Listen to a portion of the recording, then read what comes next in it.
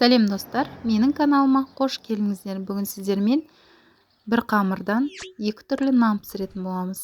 Өте оңай және қарапайым. Ең алдымен ыдысымызға тұзымызды салып, және 2 литр жылы су құятын боламын.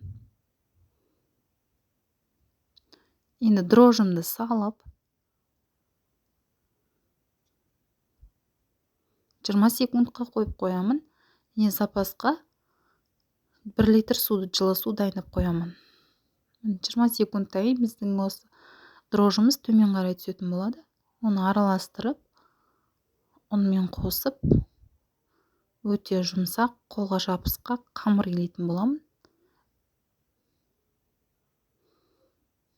Егер де менің каналыма бірінші рет кірсеңіздер, тіркеліп, лайк басып, және комментарийға маған бір-екі сөз қалдырсаңыздар болғаны.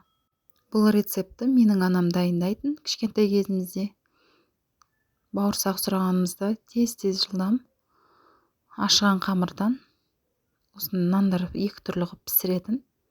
Бір жартысын бауырсақ қылып, бір жартысын кәдімгі нан қылып. Қамырымыз жабысқақ болып иленіп шығады. Дайын. Бетін жауып, 1,5 сағатқа өте жылы жерге қоямын. Дрожжыңызға қарай және ұнның сапасына да қарай 1 сағатта ашып қалуы мүмкін. Қамырларыңыздың бетін ашып, тексеріп тұрыңыздар, тасып кетпеуі үшін. Менің қамырым 1,5 сағатта ашыды. Осыны үлкен тарелкеге сұйық майымды құямын.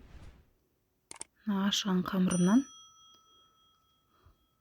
бір зуала алып саламын. Ол бір зуаланы салмас бұрын қолымызды сұйық майға жағып аламыз. Бір зуала қамыр алып, ыдысымызға салып, кішкене зуала қыламыз, шелпек қылу үшін. Біз бұл нанды май шелпек деп атаймыз. Себебі майға батырылып, майда жайылғаннан кейін май шелпек деп атаймыз. Ал сіздерде қалай атайды осы шелпекті? Комментарийға жазып өтсеңіздер. Осындай формама сұйық майымды жағып,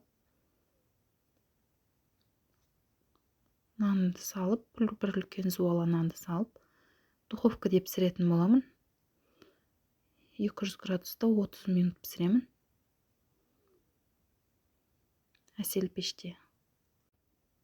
Майымды қыздырып аламын, сұйық майды. Және зуалаған қамырларымды осылай және тарелкенің ішіне салып, осылай саусақпен жаямын. Өйтіп саусақпен жайсаңыздар өте жұқа болып жайылады. Және майыма салып пісіремін.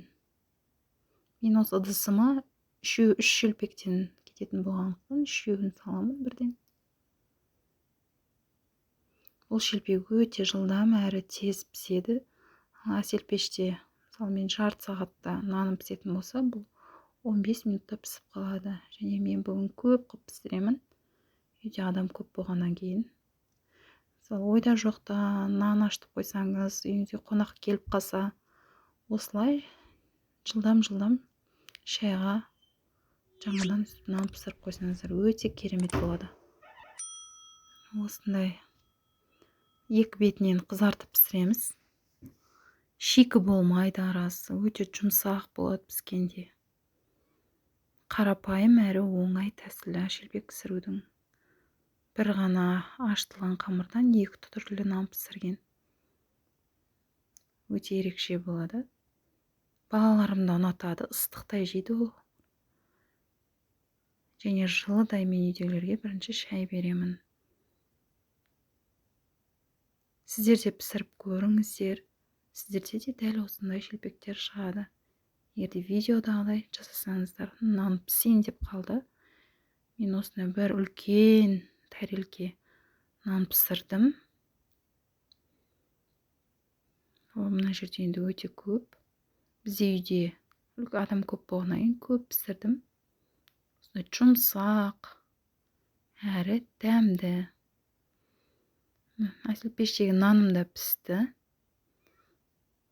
Менде тағы да 4 нан, осындай 4 нан шықты. Бірақ оларды әлі пісірмедім. Қазіргі піскені осы. сіздер де жасап көріңіздер. Менің каналыма тіркеліп маған комментарий жазыңыздар. Ас болсын.